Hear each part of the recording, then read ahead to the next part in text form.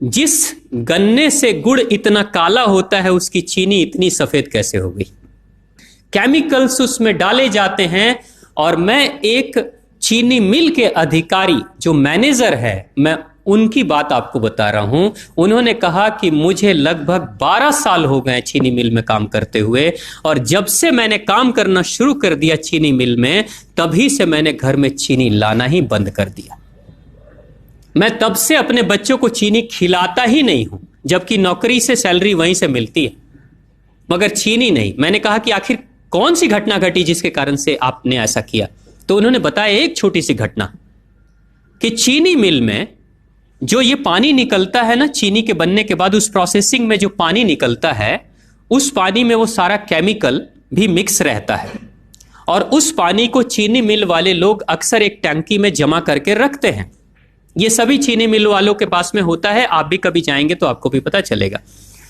वो टंकी में वो पानी रखा जाता है, लेकिन रोज रोज प्रोसेसिंग हो रहा है, रोज चीनी बन रही है, रोज बहुत सारा पानी आ रहा है, तो आखिर कब तक?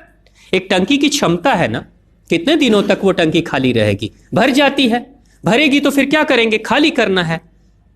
तो क्या किया था चीनी मिल के लोगों ने? सोचा कि छोड़ो ना, अब कहां जाएंगे उसको फेंकने के लिए कहीं दूर, क्योंकि अब उतनी बड़ी टंकी जिसमें हजारों गैलन पानी है, उसके लिए ट्रांसपोर्ट में कितना खर्च आएगा, तो बेहतर होगा रात के अंधेरे में कहीं खेत में डाल देते हैं।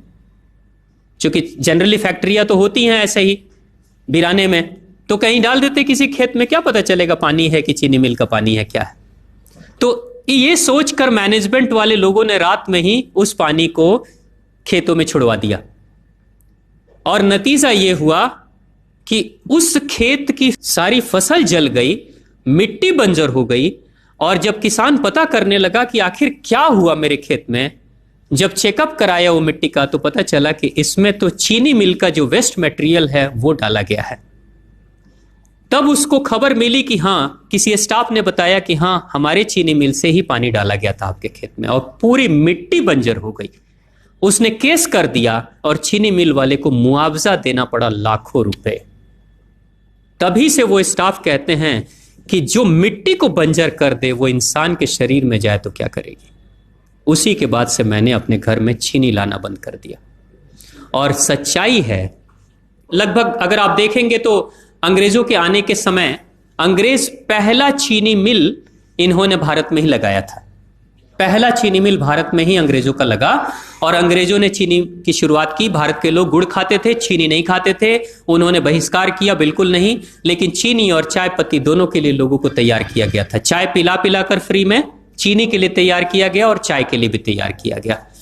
अंग्रेज ने जब से यह शुरू किया है, और पिछले 50 वर्षों से हमारे समाज में चीनी खाने का प्रचलन बहुत तेजी से बढ़ा है, और उसी समय से भारत के लोगों के बच्चों के शरीर में कैल्शियम की कमी होनी शुरू हो गई है। अगर कोई मां, अगर कोई बहन जो गर्भवती हो, गर्भकाल के दौरान अगर चीनी का सेवन अगर कोई बहन कर रही हो, तो चांसेस ज्यादा होते हैं गर्भपात होने के।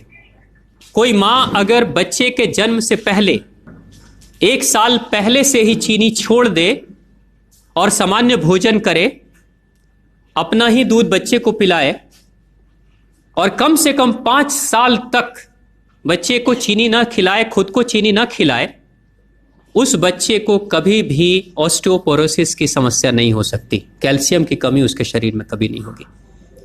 चीनी जब जाती है आपके शरीर में, तो बाहर जब निकलती है तो अकेले नहीं निकलती, कैल्शियम लेकर निकलती है। चीनी कैल्शियम लेकर निकलती है, हड्डियों को गलाकर निकलती है। और जिसके शरीर में कैल्शियम की कमी हो जाती है, उसके शरीर में मैग्नीशियम, पोटेशियम, आयरन सबकी कमी हो जाती है। कैल्शियम वो तत्व है कि जिसके शरीर में कम हो जाए, सारे तत्व कम हो जाएंगे। और कैल्शियम की कीमत पे चीनी हम खाते हैं।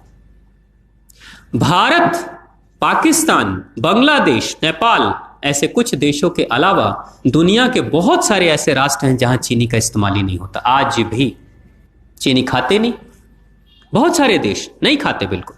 आप गुड़ खाया करिए, वो ज्यादा बेहतर है, चीनी को छोड़िए।